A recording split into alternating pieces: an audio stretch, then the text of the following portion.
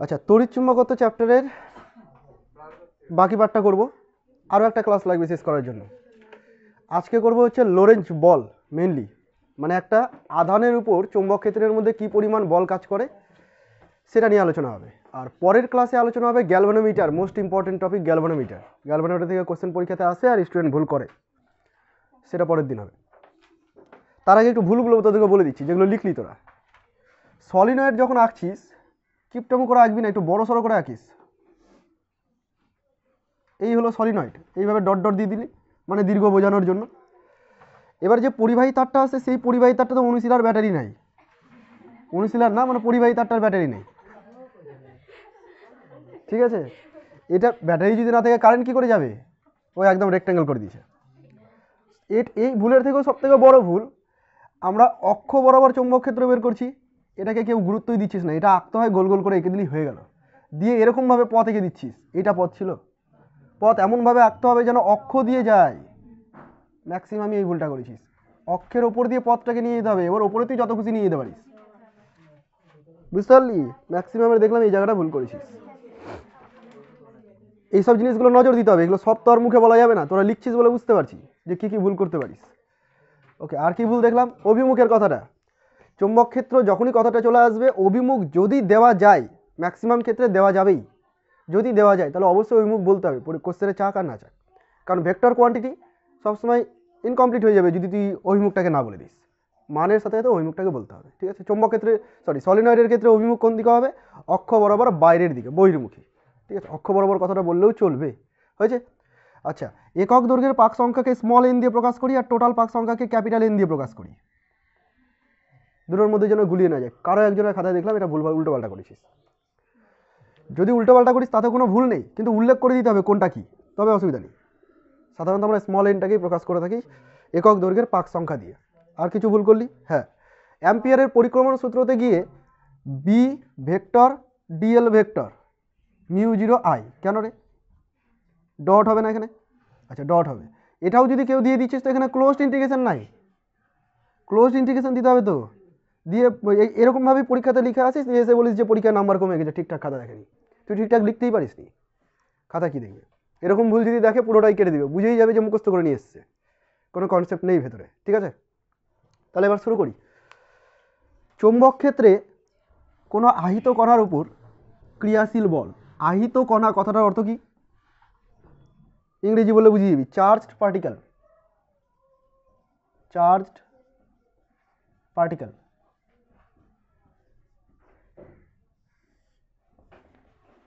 Force on charge particle কোনো magnetic ফিল্ডের মধ্যে যদি রাখা হয়, ঠিক আছে। এবার ম্যাগনেটিক ফিল্ড কোনো একটা পার্টিকুলার ডাইরেকশনে কাজ করবে, আর কোনো একটা চার্জ পার্টিকেলকে ওই ম্যাগনেটিক ফিল্ডের মধ্যে কিছু ভেলোসিটি দিয়ে ছুড়ে দেওয়া হবে, ঠিক আছে। এইখানে এইটুকু এরিয়াতে আমি ম্যাগনেটিক ফিল্ড দেখাচ্ছি, ধরে নে ম্যাগনেটিক ফিল্ডের ডাইরেকশন হচ্ছে এই দিকটা, বলতো কোন দিকটা?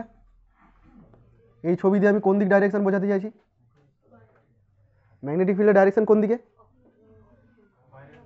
কার বাইরের দিকে? বোর্ডের সাপেক্ষে লম্বভাবে বাইরের দিকে। এই যে ডট দিয়েছে মানে কি ফুটো করে বেরিয়ে আসছে এরকম ভাববো, ক্রস দেওয়া মানে ভেতরে ঢুকে যাওয়া। আচ্ছা, তাহলে ডট দিয়ে আমি বোঝাতে চাইলাম যে চৌম্বক ক্ষেত্র কীভাবে ঢুকে আছে, লম্বভাবে বাইরের দিকে হয়ে আছে। তাহলে এটা হলো চৌম্বক ক্ষেত্রের ডাইরেকশন, ক্লিয়ার হয়েছে। আর এখানে একটা কিউ চার্জকে, নর্মালি আমরা পজিটিভ চার্জ নিয়ে আলোচনা করছি, যখন নেগেটিভ আসবে তখন কিউয়ের জায়গায় মাইনাস কিউ বসাতে হবে, ঠিক আছে। তো কোনো একটা পজিটিভ চার্জকে যদি এর মধ্যে ছুড়ে দেওয়া যায় উইথ ভেলোসিটি ভি, ভি একটা ভেক্টর কোয়ান্টিটি, পুরো যেহেতু বল বের করছি পুরোটা ভেক্টরিক্যালি ক্যালকুলেট করবো, ডাইরেকশন ওর মধ্যে ঢুকে যাবে। তাহলে ভি ভেলোসিটি নিয়ে যদি কিউকে এর মধ্যে ছুড়ে দেওয়া যায়, তাহলে এই চৌম্বক ক্ষেত্রের মধ্যে এই কিউ আধানটা একটা বল অনুভব করবে, যে বলটাকে আমরা চৌম্বক বল বলি, ঠিক আছে। তো এই চৌম্বক বলের যে মানটা, সেই মানটা হয় Q into V cross B. কী করে আসলো দরকার নেই জানার, ইচ্ছা আছে? ইচ্ছা থাকবে না আমি জানি। F equal to Q into V cross B, যেখানে ভিটা হচ্ছে ভেলোসিটি, বিটা হচ্ছে চৌম্বক ক্ষেত্র, যে চৌম্বক ক্ষেত্রের মধ্যে আধানটাকে ছুড়ে দিয়েছিলাম, কিউটা হচ্ছে চার্জ পার্টিকেলের আধান বা চার্জ, এফটা হচ্ছে ক্রিয়াশীল বল। বলতে এর মধ্যে কি ভুল করেছি আমি? একদম এফ ভেক্টর, এইদিকে ভেক্টর করছি, ক্রস প্রোডাক্ট, ক্রস প্রোডাক্ট করতে গেলে কি হয়, ভেক্টর কোয়ান্টিটি পাওয়া যায়, তো এইদিকে ভেক্টরই হবে। তো এইটা হচ্ছে চৌম্বক বল, এই বলটার নাম হচ্ছে লোরেঞ্জ চৌম্বক বল। লরেঞ্জের নাম অনুসারে, লরেঞ্জ চৌম্বক বল। ক্লিয়ার এতটুকু? শুধু এইটুকুই মুখস্থ করতে হবে, F equal to Q V cross B. আচ্ছা, ভেক্টরের একটা কনসেপ্ট তোদেরকে আমি উল্লেখ করে দিই। যদি C vector equal to A vector cross B vector হয়, তাহলে এইখান থেকে ডাইরেকশন নিয়ে একটা বিষয় তোদেরকে জানতে হবে। সেটা হচ্ছে, মনে কর এটা হলো এ ভেক্টর, এটা হলো বি ভেক্টর, এরা একই তলে আছে। তল মানে বুঝতে পারছিস তো? ধর এটা মেঝের যে তলটা, এই যে আমার হাতের তলটা দেখতে পাচ্ছিস, এই তলটা, এদিকে এ ভেক্টর এদিকে বি ভেক্টর, মানে দুজন একটা তলেই আছে, এটাই বলতে চাইছি। ঠিক আছে? তাহলে এদের দুজনের ক্রস করতে গেলে যে ভেক্টরটা পাওয়া যাবে, সেই ভেক্টরটা এদের তলের সাথে পারপেন্ডিকুলারলি থাকবে। তো আমি এখানে 3 ডাইমেনশনালি যদি বোঝাতে চাই, এইরকমভাবে আছে। এটা হলো C vector direction. C vector A ভেক্টরের সাথে যেমন 90 ডিগ্রি অ্যাঙ্গেল করেছে, তেমন বি ভেক্টরের সাথেও 90 ডিগ্রি অ্যাঙ্গেল করেছে। ছবি দেখে যেটা বোঝা যাচ্ছে না, আমি এ আর বিকে কী করে নিচে তলে দেখাবো? দেখাতে পারছি না। বুঝতে পারছিস ব্যাপারটা? বা এরকমও যদি ভাবতে পারিস যে যদি এটা এ ভেক্টর হয়, এটা বি ভেক্টর হয়, দুজন যদি বোর্ডের তলেই থাকে, এই তলটা মানে যে তলটা তুই দেখতে পাচ্ছিস, এই তলে এ ভেক্টর আর বি ভেক্টর আছে, তাহলে সি ভেক্টর কোন দিকে হবে? এর সাথে পারপেন্ডিকুলার, এই তলের সাথে পারপেন্ডিকুলার। পারপেন্ডিকুলারটা বাইরের দিকে হতে পারে, পারপেন্ডিকুলারটা ভেতরের দিকে হতে পারে। কোন দিকে হবে তুই ক্রস কি করছিস সেটার উপর ডিপেন্ড করবে। এ ক্রস বি, তাহলে এ থেকে বি এর দিকে যাচ্ছিস, এইভাবে তীর চিহ্ন দিয়ে দিলাম, এ ক্রস বি। যখন তুই এ ক্রস বি করবি, ডান হাতের এইভাবে আঙুলটাকে ঘোরাতে হয়, তাই না? বা ম্যাক্সওয়েলের কর্ক স্ক্রু নিয়ম অ্যাকচুয়ালি। তো ওটা তো আর ইউজ করবো না, ওটা বলবো কিন্তু হাতে অ্যাপ্লাই করবো। ঠিক আছে? ডান হাত দিয়ে করবো। তো এ থেকে শুরু করে বি এর দিকে ঘুরছি, এইভাবে যদি ঘুরি তাহলে বৃদ্ধাঙ্গুষ্ঠ কোন দিকে থাকছে? বাইরের দিকে। যদি আমি বি থেকে এ এর দিকে ঘুরতাম তাহলে এইভাবে ঘুরতে হতো, বৃদ্ধাঙ্গুষ্ঠ ভেতরে হতো। তো এইভাবে ডাইরেকশনটাকে বের করায়। মোট কথা আমার এখানে যেটা কাজে লাগবে সেটা হচ্ছে যে এ ভেক্টর বি ভেক্টর যে তলে থাকবে, ক্রস করতে গেলে তাদের পারপেন্ডিকুলার যে ডাইরেকশনটা সেটা হলো তাদের ভেক্টরের ডাইরেকশন। হয়েছে? সিমিলারলি এখানে তাহলে বুঝতে পারছিস যে বি আর ভি যে তলে থাকবে, তাদের পারপেন্ডিকুলার ডাইরেকশনটাই হচ্ছে ফোর্সের ডাইরেকশন। ডাইরেকশন ক্লিয়ার হয়ে গেছে? অসুবিধা নেই। ওকে, কিছু স্পেশাল কেস করব, যখনই কোনো কনসেপ্ট চলে আসবে সেখান থেকে কি কি জানা যায়। যেমন যদি আমি শুধুমাত্র মানের কথা বলি, তাহলে F equal to Q V B sine theta না cos theta? Sine theta. Q V B sine theta, যদি শুধু ম্যাগনিটিউডের কথা বলি। এবার এই যে থিটার ভ্যালুটা বিভিন্ন কিছু হতে পারে। থিটার ভ্যালু 0 ডিগ্রি হতে পারে, থিটার ভ্যালু 180 ডিগ্রি হতে পারে। দুটো একসাথে কেন নিলাম? যেটাই বসাবি কিনা সাইন কী হয়ে যাবে? 0 হয়ে যাবে। Sine 0 degree 0, sine 180 degree sure? Sine 180 degree 0? মাথা নড়ছে না। Sine 180 degree 0। দেখলি? তাহলে এখান থেকে এফ ইকুয়াল টু কী লেখা যাবে? 0। মানে কনক্লুশন কি দাঁড়ালো? যদি ভি এবং বি এদের মধ্যে কোনো কোণ না থাকে, অর্থাৎ বি যেদিকে আছে ভিও যদি সেদিকে হয়, অর্থাৎ থিটা যদি 0 ডিগ্রি হয়, তাহলে কোনো চৌম্বক বলই অনুভব করবে না। এই কেসটা কখন সম্ভব? যেমন চৌম্বক ক্ষেত্র কোন দিকে আছে? বাইরের দিকে আছে। এই ভিটাকে আমি এইদিকে না ছুড়ে এর দিকেই ছুড়ে দিয়েছি, তাহলে মধ্যবর্তী অ্যাঙ্গেল কত? 0 ডিগ্রি। বা উল্টো দিকে ছুড়ে দিয়েছি, মধ্যবর্তী অ্যাঙ্গেল 180 ডিগ্রি। এই ক্ষেত্রে কোনো রকম চৌম্বক বল ফিল করবে না। হয়েছে? সেকেন্ড কেস, যদি ভি ইকুয়াল টু 0 হয় অথবা বি ইকুয়াল টু 0 হয়, তাহলে এফ ইকুয়াল টু 0 হবে না। এর মধ্যে ভিকে যদি 0 করে দিস তাহলে এফ 0 হয়ে গেল, বিকে 0 করে দিলে এফ 0 হয়ে গেল। মানে কি বলতে চাইছে?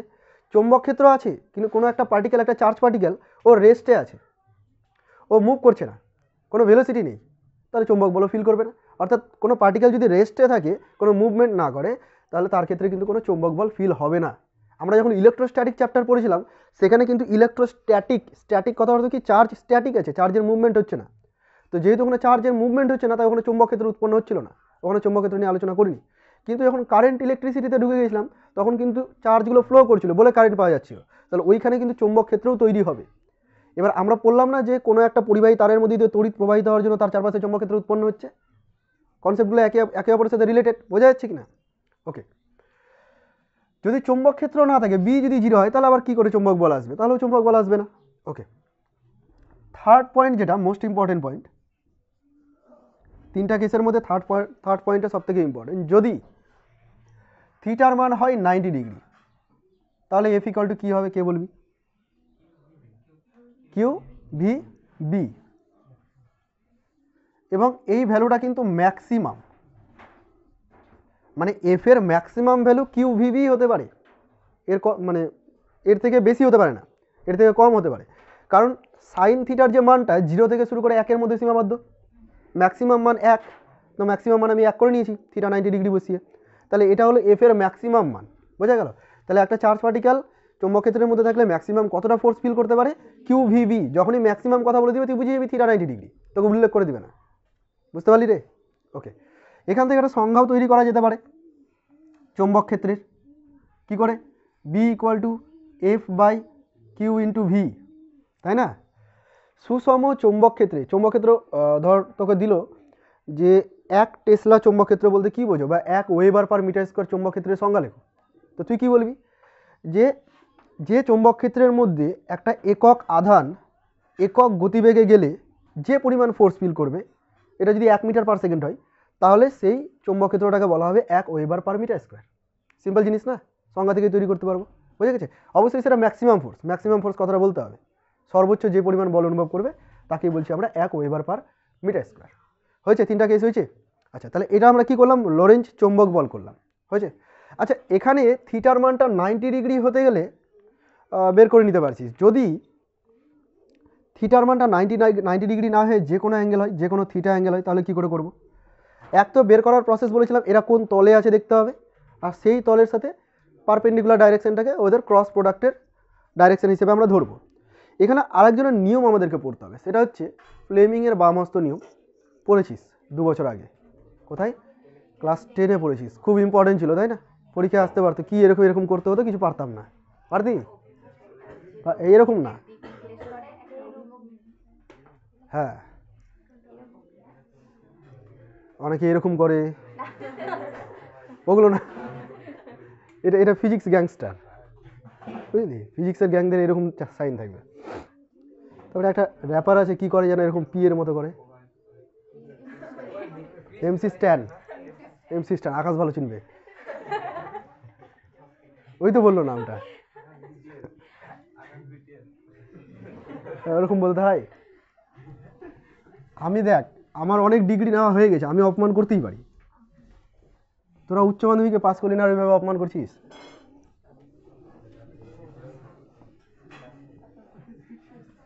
আচ্ছা, ফ্লেমিংয়ের বামহস্ত নিয়ম, এটা অ্যাপ্লাই করা শিখতে হবে। ফ্লেমিংয়ের বামহস্ত নিয়ম, ছবি আঁকতে পারবো না আমি হাতের, তোদেরকে দেখাবো আর লিখে দেবো।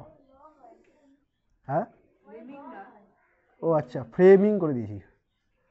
ফ্লেমিংয়ের বামহস্ত নিয়ম, দেখ 3টে আঙুল ইউজ করতে হবে, তর্জনী, বুঝি না কি এটা, কোনটা তর্জনী রে, 5টা আঙুলের মধ্যে ইন্ডেক্স ফিঙ্গারটা, এটা হচ্ছে তর্জনী, মধ্যমা এটা সবাই জানে, অনামিকাটা ভালো বুঝে সবাই, তর্জনী, মধ্যমা, আর একটা বুড়া আঙুল বলিস তোরা, আমিও বলি, বৃদ্ধাঙ্গুষ্ঠ।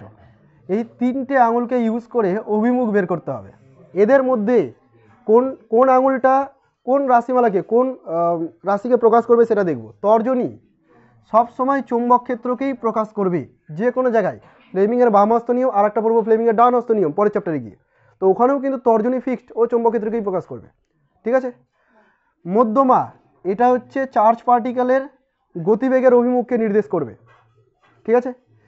আর বৃদ্ধাঙ্গুষ্ঠ যে ফোর্সটা ফিল করবে সেই ফোর্সের অভিমুখকে নির্দেশ করবে, বুঝতে পারলি এতটুকু? এবার একটা কেস নিয়ে আর তারপরে ফ্লেমিংয়ের বামহস্ত নিয়মটাকে অ্যাপ্লাই করা শিখি। ধরে নে এই ডাইরেকশনে চৌম্বক ক্ষেত্র আছে, এই ডাইরেকশনে, এটা তখনই অ্যাপ্লিকেবল যখন একে অপরের সাথে সবাই 90 ডিগ্রিতে থাকবে তখন, ঠিক আছে, মানে থিটা ইকুয়াল টু 90 ডিগ্রির জন্য অ্যাপ্লিকেবল। যদি চৌম্বক ক্ষেত্র এই ডাইরেকশনে থাকে এবং একটা পার্টিকেল, চার্জ পার্টিকেল কিউ, তাকে এই দিকে ভি বেগে ছুড়ে দিয়েছি, বুঝতে পারছিস? তাহলে এই কোন দিকে ফোর্স ফিল করবে তুই জানিস, হয় এই দিকে ফোর্স ফিল করবে আর না হয় ভেতরের দিকে ফোর্স ফিল করবে, তো সেটা তো তুই ওই ভি ক্রস বি করে বের করে নিতে পারবি, এই যে ভি ক্রস বি এইভাবে বের করে নিতে পারবি, তাই না? কিন্তু ফ্লেমিংয়ের বামহস্ত নিয়ম যদি অ্যাপ্লাই করতে হয় কী করে করবি? ফ্লেমিং কি বলেছিল, বলেছে এই 3টা আঙুলকে পরস্পরের সমকোণে রাখো, আমার সাথে সাথে সবাই রাখার চেষ্টা করবি। এবার সমকোণে কী করে করবি, প্রথমে এই যে দিল্লি চলে এটা কর, হ্যাঁ, বৃদ্ধাঙ্গুষ্ঠকে দূরে করে নে, বৃদ্ধাঙ্গুষ্ঠ দূরে, মধ্যমা এমনভাবে রাখতে হবে, শোন আমি সবারটা দেখবো, ডান হাত লাগানো যাবে না, এমনি এতটুকু তো ক্ষমতা হয়ে গেছে হাতে, তাই না?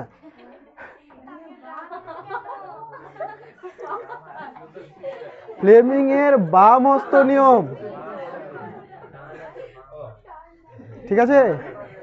এবার শোন, কি কি ভুল করবি সেগুলোও বলে দিচ্ছি আমি, সময় লাগবে একটু শিখতে, তাড়াতাড়ি শুনে নে। করা আছে করা আছে। এই তাকা এদিকে, সবাই তাকা। কি কি ভুল হবে দেখ। এরকম ভাবে ফিক্স রাখার পর অনেকে দেখ 90 ডিগ্রি মানে একে অপরের সাথে 90 ডিগ্রি, এটা 90 ডিগ্রি আছে, এটা 90 ডিগ্রি আছে, এটা 90 ডিগ্রি আছে, বোঝা যাচ্ছে তিনজন পরস্পরের সঙ্গে মিউচুয়ালি পারপেন্ডিকুলার হলো। এবার অনেকে ভুল করতে পারে এরকম,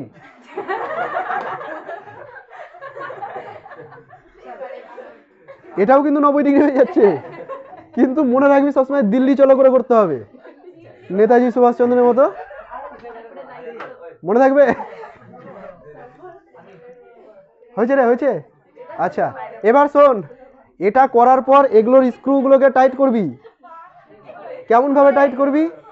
যাতে কবজি ঘুরাতে গেলেও এটা এরকম এরকম না হয়ে যায়, এটা ফিক্সড, এদের মধ্যে এইভাবে ফিক্সড, যা টাইট করতে হয় টাইট করে নে এইভাবে, এরকম করতো, এদিক কর।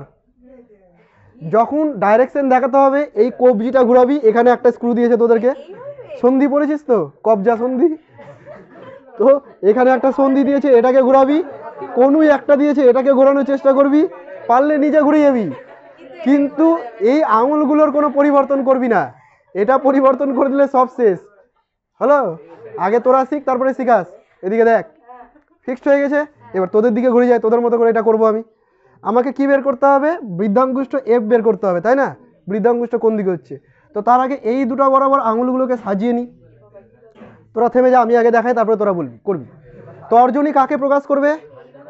তর্জনী চৌম্বক ক্ষেত্র, এই যে চৌম্বক ক্ষেত্র এইদিকে, ভালো করে দেখ, আমার হাতটাকে আগে দেখ, তর্জনী চৌম্বক ক্ষেত্রকে। আচ্ছা মধ্যমা কাকে নির্দেশ করবে? ওপরের দিকে। এবার মধ্যমা তো এদিকে হয়ে গেছে, মধ্যমা হচ্ছে না, এই রকম ঘুরলো, বুঝতে পারছিস? তুই ঘুরে যাবি না কিন্তু, এরকম ভাবে ঘুরে গেল। দেখ এবার ঠিক আছে কিনা, তর্জনী এই দিকে, মধ্যমা উপরের দিকে, আর বৃদ্ধাঙ্গুষ্ঠ ভেতরের দিকে ঢুকে গেল, তাহলে চৌম্বক ক্ষেত্রের বলের অভিমুখ, চৌম্বক ক্ষেত্র বলছি, চৌম্বক বলের অভিমুখ ভেতরের দিকে। তো সেটা তো এরকম ভাবে করলেই হতো, যাই না কেন এই নিয়মটা তৈরি করেছে, করবি এটাও, ঠিক আছে? চল এবার তোদের দিক থেকে ঘুরে আমি করছি, তোরাও আমার সাথে করবি। দেখ হাত এইভাবে ধরবি তো, প্রথমে প্রথমে এরকম সোজা, তারপরে এই রকম, পিটি ক্লাস হচ্ছে। আচ্ছা আমি তোদের মতো করে ঘুরে আছি কিন্তু, দেখ প্রথমে এইভাবে রাখলাম, মন দিয়ে শোন, তর্জনী চৌম্বক ক্ষেত্রের দিকে, মধ্যমা গন্ডগোল করছে, মধ্যমা উপরের দিকে হবে। কেমন করে ঘুরাবি রে? হাত ওদিকে যাচ্ছে না, আর তোদের যাচ্ছে কি দেখতো? আমি আমার মতো যেমন করে আছি তেমন ভাবে থাকবি। আচ্ছা এরকম ভাবে যাচ্ছে, হ্যাঁ মেঘাকে দেখ, এই দেখ এরকম, এটা করতে গিয়ে এরকম করে দিস না। হ্যাঁ এই দারুণ হয়েছে, দারুণ হয়েছে, হ্যাঁ ঠিক বলেছিস, ক্লাসিক্যাল ডান্স যারা করে তাদের সুবিধা হবে। আচ্ছা বৃদ্ধাঙ্গুষ্ঠ ভেতরের দিকে হলো, এই দেখ, কে কে পারলি না বল, সবাই বেড়ে গেলি। আচ্ছা পরে কিন্তু অ্যাপ্লাই করতে হবে, প্রিয়াঙ্কা পারেনি, তোর মতো করে আমি ঘুরে যাই এদিক থেকে, এরকম করছিস তাই তো? আচ্ছা দেখ প্রিয়াঙ্কার মতো করে করি, প্রিয়াঙ্কার নাম না, হ্যাঁ এই দেখ প্রথমে তোর, এটা তো আমার উল্টো দিকে হয়ে গেলো, এইদিকে রাখতে হবে, তো এদিকে ঘুরিয়ে দে, পারবি ঘুরাতে? এইভাবে ঘুরিয়ে দিলাম, মধ্যমা কোন দিকে? উপরের দিকে। এটা এখানে একটা সন্ধি আছে, এখানে একটা সন্ধি আছে, এই দুটোকে ঘোরাতে হবে, উপরের দিকে হয়ে গেল। দেখ বৃদ্ধাঙ্গুষ্ঠ ভেতরের দিকেই হচ্ছে, এবার এসছে। তো তর্জনীকে ফিক্সড কর, আগে কোন দিকে করবি তর্জনী? হাত তিনটা এরকম কর আঙুলগুলোকে, হ্যাঁ তর্জনী কোন দিকে করবি? ওই দিকে, তর্জনী ওই দিকে কর, তোর দিকে, হ্যাঁ নিজেকে গুলি মারার মতো কর, দাঁড়া করতে দে, তর্জনী তোর দিকে কর, তুই নিজেকে দেখা, নিজেকে কেউ। আচ্ছা আমি তোর মতো করে বসেই করছি, দেখ এরকম ভাবে বসে করছি, হাত এরকম থাকলো, তর্জনী এদিকে হয়েছে কিন্তু করতে হবে আমাকে উল্টো দিকে, তাহলে আমি নিজেকে দেখাবো। এবার নিজেকে দেখাতে গেলে পারছি না দেখাতে, হাত ঘুরছে না, তো এরকম ভাবে দেখা, হ্যাঁ এবার হয়েছে। দাঁড়া, তোদের চক্করে আমার সিরাটিরা উল্টে গেল, হ্যাঁ করছি করছি, তর্জনী এদিকে হলো, এই তর্জনী এদিকে হয়েছে, মধ্যমা উপরের দিকে রাখতে হবে না, মধ্যমা উপরে আছে, বৃদ্ধাঙ্গুষ্ঠ দেখ ভেতরের দিকে ঢুকছে, হয়ে গেছে। অনেক শিখে গেছিস তোরা এবার। তাহলে ফ্লেমিং এর বাহামস্ত নিয়ম অ্যাপ্লাই করা শিখলি তো? তোকে পরীক্ষাতে বলবে না এইভাবে অ্যাপ্লাই করো, পরীক্ষাতে লিখতে হবে যে তর্জনী চৌম্বক ক্ষেত্রকে, মধ্যমা হচ্ছে আধানের অভিমুখকে যদি নির্দেশ করে তাহলে বৃদ্ধাঙ্গুষ্ঠ চৌম্বক বলের অভিমুখে নির্দেশ করবে, এতটুকু বললেই যথেষ্ট। কিন্তু যখন থিওরি আসবে তখন তোকে অ্যাপ্লাই করতে হবে, ওই জন্য শিখে রাখলাম, হয়েছে?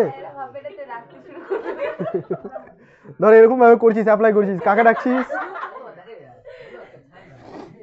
ইংলিশের স্যার ধর ঢুকে গেছে, ওটাই তো বলছি, ইংলিশের স্যার ঢুকে গেছে ধর, আর তুই এরকম এরকম করে সবাই ধর এরকম করে যাচ্ছিস।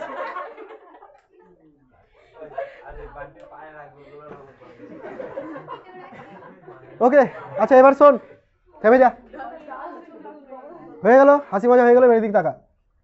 চৌম্বক বলের একটা বৈশিষ্ট্য যে চৌম্বক বল কার্যহীন বল। চৌম্বক বল কি রে? কার্যহীন বল। আমি বলে নিলাম, তুই মেনে নিলি, এটাকে প্রমাণ করব। চৌম্বক বল কার্যহীন বল মানে কি? কার্যহীন বল মানে কার্য করে না, তাই তো? কি করে প্রমাণ করা যায় দেখ। কার্যহীন বল আমরা কখন বলতে পারতাম? যখন বল এবং সরণ পারপেন্ডিকুলার থাকতো। মনে পড়ছে কি? ক্লাস 9-এ কার্যহীন বল পড়েছিস, ক্লাস 11-এ পড়েছিস নাকি পড়িসনি এখনো? পড়েছিস তো। ফোর্স আর হচ্ছে ডিসপ্লেসমেন্ট দুজন যদি পারপেন্ডিকুলার থাকে তাহলে এদের মধ্যবর্তী অ্যাঙ্গেল হয় 90 ডিগ্রি, আর সেখান থেকে ওয়ার্ক ডান বের করতে গেলে হবে F vector dot S vector, মানে এফ এস কস 90 ডিগ্রি, তাই না রে? মানে কি হয়ে গেল? জিরো। তাহলে এরকম যদি জিরো হয়ে যায় তাহলে এই ফোর্সটাকে কার্যহীন বল বলা হয়। চৌম্বক ক্ষেত্রের ক্ষেত্রে এই জিনিসটাই ঘটে। তুই দেখ, আমি হাতের মধ্যে কি দেখেছিলাম, এটা হচ্ছে চৌম্বক ক্ষেত্রের অভিমুখ, আর এটাকে দেখিয়েছিলাম হচ্ছে চৌম্বক বলের অভিমুখ, মধ্যবর্তী অ্যাঙ্গেল 90 ডিগ্রি, তাই না? তো মধ্যবর্তী অ্যাঙ্গেল যদি 90 ডিগ্রি হয় তাহলে চৌম্বক বলের ক্ষেত্রে কৃতকার্য অলওয়েজ জিরো আসবে। এটাকে ধর আমি চৌম্বক বলই বলে দিলাম, ম্যাগনেটিক, তাহলে এটা অলওয়েজ জিরোই আসবে। সেই জন্য চৌম্বক বলকে কার্যহীন বল বলা হয়। বুঝতে পারলি? বুঝতে পেরেছিস? এখান থেকে যে বিষয়টা দেখ, কৃতকার্য জিরো, তার মানে গতিশক্তির পরিবর্তনটাও জিরো। আমি যে কার্যটা করব সেটা কি করবে? গতিশক্তিকে পরিবর্তন করবে, ভেলোসিটির চেঞ্জ আনবে, তাই না? যেহেতু কৃতকার্য জিরো তাই গতিশক্তির পরিবর্তনটাও জিরো, আর গতিশক্তির পরিবর্তন জিরো মানে হাফ এম ভি স্কোয়ারটা কনস্ট্যান্ট, হাফ এম ভি স্কোয়ারটা কনস্ট্যান্ট, ধ্রুবক, তাই তো? যেখানে এম মানে ভর, কোনো চেঞ্জ হয় না, চেঞ্জ হলে ভেলোসিটি চেঞ্জ হতে পারে, তো এটা তো কনস্ট্যান্ট যদি হতে হয় তাহলে ভেলোসিটিও চেঞ্জ হবে না।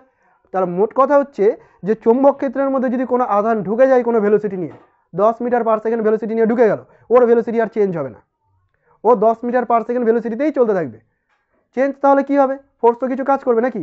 চেঞ্জ কি করবে? ওর অভিমুখকে পরিবর্তন করে দেবে। বোঝা গেল? এবার অভিমুখ কোন দিকে পরিবর্তন হবে? বৃদ্ধাঙ্গুষ্ঠ নিয়ম থেকে, সরি ফ্লেমিং এর বামহস্ত নিয়ম থেকে দেখে নিয়েছি, অভিমুখ পরিবর্তন হয়েছে। ক্লিয়ার হয়েছে এতটুকু? তাহলে চৌম্বক বল হচ্ছে একটা কার্যহীন বল। কার্যহীন বল হওয়ার জন্য গতিশক্তির পরিবর্তন জিরো, মানে গতিশক্তির ধ্রুবক। গতিশক্তির ফর্মুলা এম তো অলওয়েজ ধ্রুবকই থাকে, আজ পর্যন্ত আমরা ধ্রুবকই জানি, ভবিষ্যতে গিয়ে দেখবি যে এমও পরিবর্তন হয়।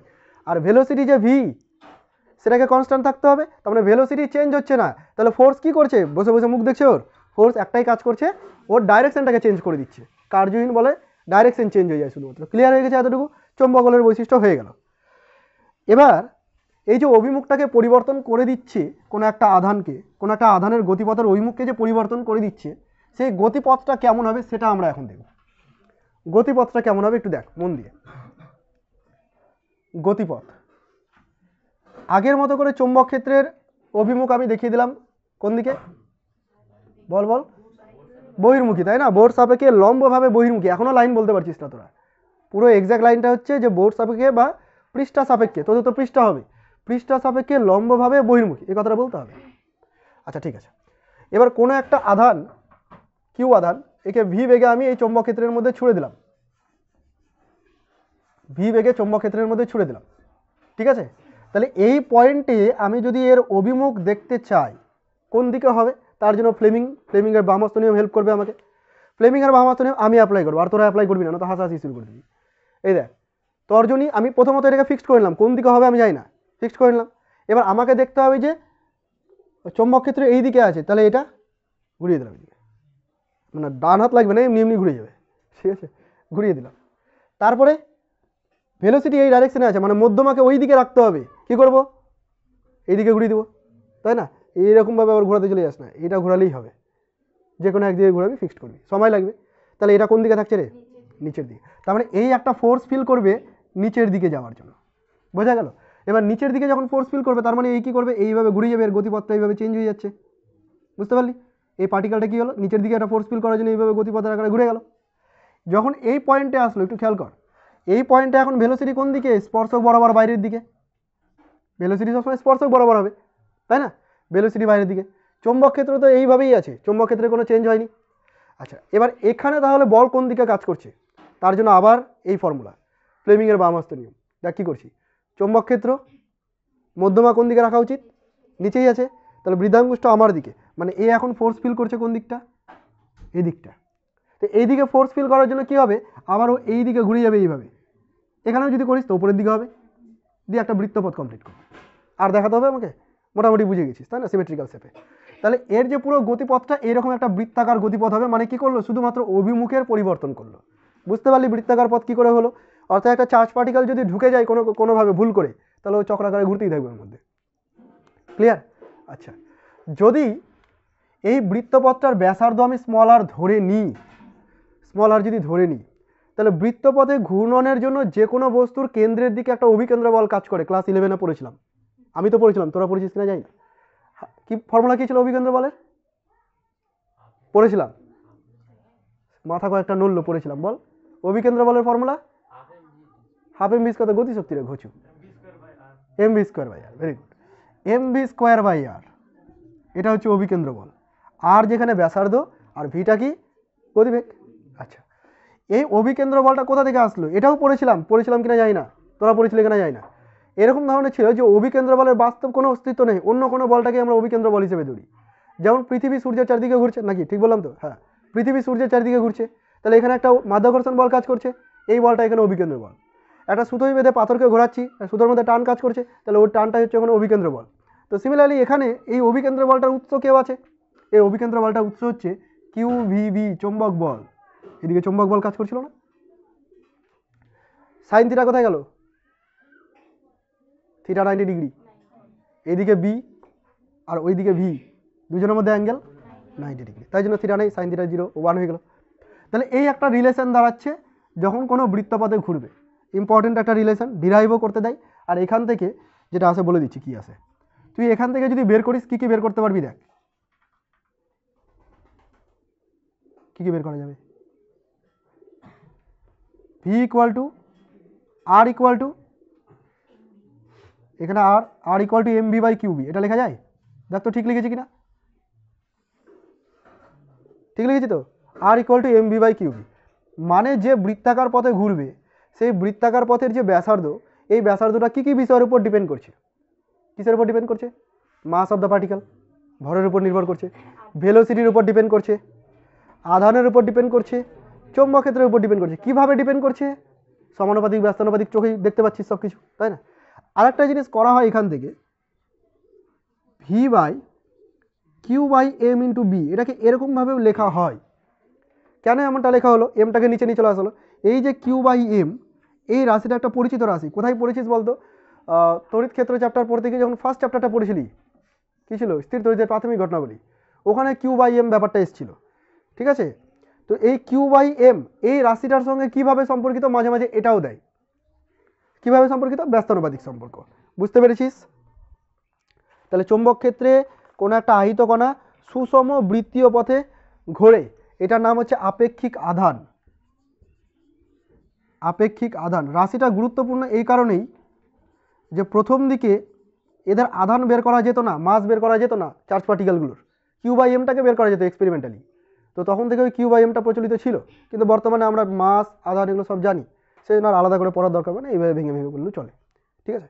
তো যাই হোক, যদি কখনো এটার ফর্মে জানতে চাই আমি বলে দিলাম কীভাবে করতে হবে। তাহলে এটা মুখস্থ করে নিতে হবে, R equal to M B by Q B, এটা দিয়ে প্রচুর প্রবলেমও আছে।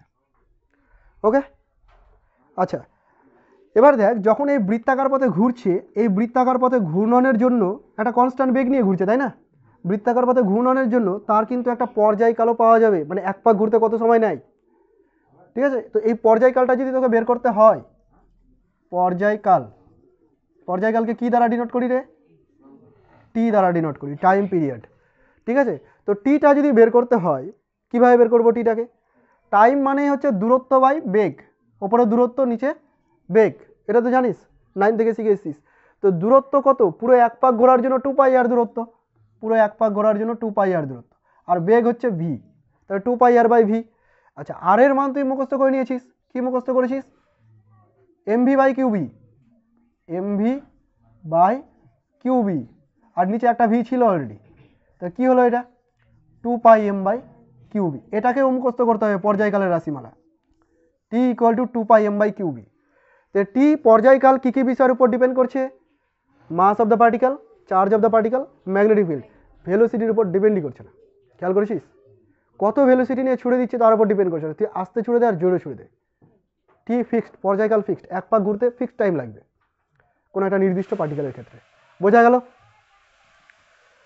যদি কম্পাঙ্ক বের করতে চাই N, 1/t Q B by 2 pi M, আবার নতুন কি জিনিস, একই রাশিমালা প্রায়। এটার নাম হচ্ছে সাইক্লোট্রন কম্পাঙ্ক, সাইক্লোট্রন কম্পাঙ্ক, শুধু কম্পাঙ্ক না, সাইক্লোট্রন কম্পাঙ্ক। এতদূর পর্যন্ত যদি কনফিউশন থাকে তাহলে বলবি, অনেকটাই শিখে গেছিস, আরও আছে। এতদূর পর্যন্ত কোনো সমস্যা নেই? আচ্ছা, আর এর ফর্মুলা এমভি বাই কিউবি, আর এর ফর্মুলা এমভি বাই কিউবি, পর্যায়কাল 2 পাই এম বাই কিউবি। যদি ভুলে যাই তাহলে 2 পাই আর বাই ভি করে বের করে নেবো, সময় লাগবে না। ওকে, এটা তো সিম্পল কেস করলাম যে চৌম্বক ক্ষেত্রের সাথে লম্বভাবে ছুড়ে দিয়েছিলাম বলে এরকম ধরনের গতিপথ হলো। যদি চৌম্বক ক্ষেত্রের সাথে লম্বভাবে না আসতো, চৌম্বক ক্ষেত্রের সাথে যদি লম্বভাবে না আসতো, ধর এটা চৌম্বক ক্ষেত্রের ডাইরেকশন, তো এই দিকটা এটা ধর চৌম্বক ক্ষেত্রের ডাইরেকশন, আর আমি ছুড়ে দিয়েছিলাম কীভাবে? এইভাবেও ছুটতে পারতাম, এইভাবেও ছুটতে পারতাম, সবগুলোই 90 ডিগ্রি, তাই তো? কিন্তু আমি যদি এরকমভাবে ছুড়ে দিই, মানে এদের মধ্যে অ্যাঙ্গেল যদি থিটা হয়, তখন ব্যাপারটা কেমন দাঁড়াবে, সেই গতিপথটাকে দেখব।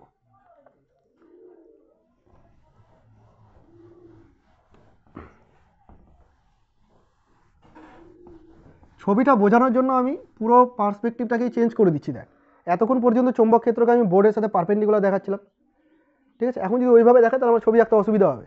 এইভাবে আঁকতে আঁকতে আমি 3Dতে আসতে পারবো না, হাওয়াতে তো আর আঁকতে পারবো না। সেই জন্য আমি কী করছি, চৌম্বক ক্ষেত্রটাকে উপরের দিকে রাখছি এইভাবে। এই অভ্যাসটা খুব খারাপ হয়ে গেছে আমার, যেমন তেমন করে টেনে দিই আর ধরে বসে থাকি যাতে সোজা হয়ে যায়। এটা হলো চৌম্বক ক্ষেত্রের অভিমুখ, ঠিক আছে? উপরের দিকটা চৌম্বক ক্ষেত্রের অভিমুখ, চৌম্বক ক্ষেত্রের সাথে পারপেন্ডিকুলার ডাইরেকশন এই দিকটা, বুঝতে পারছিস? এক্স অ্যাক্সিস, ওয়াই অ্যাক্সিস, আর একটা অ্যাক্সিস এদিকে নিয়ে নিচ্ছি, জেড অ্যাক্সিস। 3টে অ্যাক্সিস নিলাম, আর 3টে অ্যাক্সিসের মধ্যে ওয়াই অ্যাক্সিস বরাবর হচ্ছে চৌম্বক ক্ষেত্র বি আছে, আপত্তি নেই তো? এবার একটা কণাকে তুই কী করবি, এই চৌম্বক ক্ষেত্রের সাথে এই দিকে যদি ছুড়ে দিস পারপেন্ডিকুলার হয়ে যাবে, এইদিকেও ছুড়ে দিলে পারপেন্ডিকুলার হয়ে যাবে, কিন্তু তা করা যাবে না। আমি পারপেন্ডিকুলারলি ছুটতে চাইছি না, কী করতে চাইছি, এর সঙ্গে থিটা কোণে এরকম একটা অ্যাঙ্গেল আমি ছুড়ে দিচ্ছি। বুঝতে পারলি, ধরতে পারলি ব্যাপারটা? অসুবিধা হলে বল, নেই কারো অসুবিধা? তাহলে এইখানে যে থিটাতে আমি চৌম্বক ক্ষেত্র, থিটাতে আমি পার্টিকেলটাকে ছুড়ে দিচ্ছি, এটাকে আমি অন্য কোনো জায়গাতে এরকমভাবে দেখাতে পারি। দেখ, যে এটা হলো চৌম্বক ক্ষেত্রের অভিমুখ, প্যারালালি দাগ দিয়ে দিলাম একটা, এটা চৌম্বক ক্ষেত্রের অভিমুখ মানে এটাও চৌম্বক ক্ষেত্রের অভিমুখ, একই কথা। আর এর সাথে আমি কি করেছি, থিটা অ্যাঙ্গেলে ছুড়ে দিয়েছি। কত অ্যাঙ্গেলে? থিটা অ্যাঙ্গেলে। বুঝতে পারছিস তো? থিটা কম হতে পারে, বেশি হতে পারে, যা খুশি তাই হতে পারে, অসুবিধা আছে? নেই। এবার আমি কি করব, এই ভি ভেক্টরটাকে যে থিটা অ্যাঙ্গেলে ছুড়ে দিলাম, এবার আমি কি করব? আমি শুধুমাত্র পড়েছি যে পারপেন্ডিকুলার থাকতে গেলে কি ঘটে। তাহলে একে দুটো কম্পোনেন্টে ডিভাইড করে দিই, পারপেন্ডিকুলার কম্পোনেন্ট একটা পেয়ে যাবো, তার জন্য গতিপথ সহজেই বের করতে পারবো। ওপরের দিকে থিটার সাথে যেটা যুক্ত আছে সেই কম্পোনেন্টটা হচ্ছে ভি কস থিটা, আর এই দিকে একটা কম্পোনেন্ট পাবো, সেটা কি পাবো রে, এক্স অ্যাক্সিস বরাবর ভি সাইন থিটা। তাহলে দুটো পারপেন্ডিকুলারে যখন ভেঙে দিলাম, এটাকে নিয়ে আর ভাবার দরকার নেই, বুঝতে পেরেছিস? ভি সাইন থিটা কোন দিকে, এক্স অ্যাক্সিস বরাবর, বা এখানে ভাব ভি সাইন থিটা কোন দিকে, এক্স অ্যাক্সিস বরাবর। তাহলে এটার জন্য কি হবে, বৃত্তাকারে ঘুরে যাবে। পারপেন্ডিকুলার কম্পোনেন্টের জন্য কি হয়, বৃত্তাকারে ঘুরে যায়। মানে ছবিটা এখানে যদি নোংরা করে আঁকি, এটা এক্স অ্যাক্সিস বরাবর, এদিকে ভি সাইন থিটা আছে, ভি সাইন থিটার জন্য কি হবে, এইভাবে বৃত্তাকারে ঘুরে গেল। অসুবিধা আছে বুঝতে? নেই। এবার ভি কস থিটা বসে বসে দেখবে, ওকে ভেঙেছি, ওরা তো কিছু মান আছে, ওরা তো কিছু ক্ষমতা আছে, তাই না? তো এই তো বৃত্তাকার, তো ভি সাইন থিটা তো বৃত্তাকার পথে ঘোরাবে, আর ভি কস থিটার কাজ কি, সোজা উপরের দিকে ওকে নিয়ে যাবে। বুঝতে পারছিস? তাহলে ভি সাইন থিটা ঘোরাবে, ভি কস থিটা ওপরে নিয়ে যাবে, গতিপথটা হয়ে যাবে এরকম হেলিক্যাল মোশন, এইভাবে ঘুরতে ঘুরতে উপরে উঠে যাবে। বুঝতে পারলি কি কি হলো? ভি সাইন থিটা বৃত্তাকারে ঘোরাচ্ছে, আর ভি কস থিটা ততক্ষণ বসে থাকবে না, ও কী করবে, ওপরে উঠাবে। তো কেমন হয়ে যাবে, এখান থেকে ঘুরতে ঘুরতে ঘুরতে ঘুরতে এইখানে একটা পাক কমপ্লিট হয়ে গেল, তারপরে আবার ঘুরতে ঘুরতে ঘুরতে তো পরের আবার হাফ, আরেকটা পাক কমপ্লিট হয়ে গেল, এইভাবে উপরের দিকে উঠতে থাকবে। এটাকে বলা হচ্ছে হেলিক্যাল মোশন, হেলিক্যাল মোশন বা সংখিলিত আকার।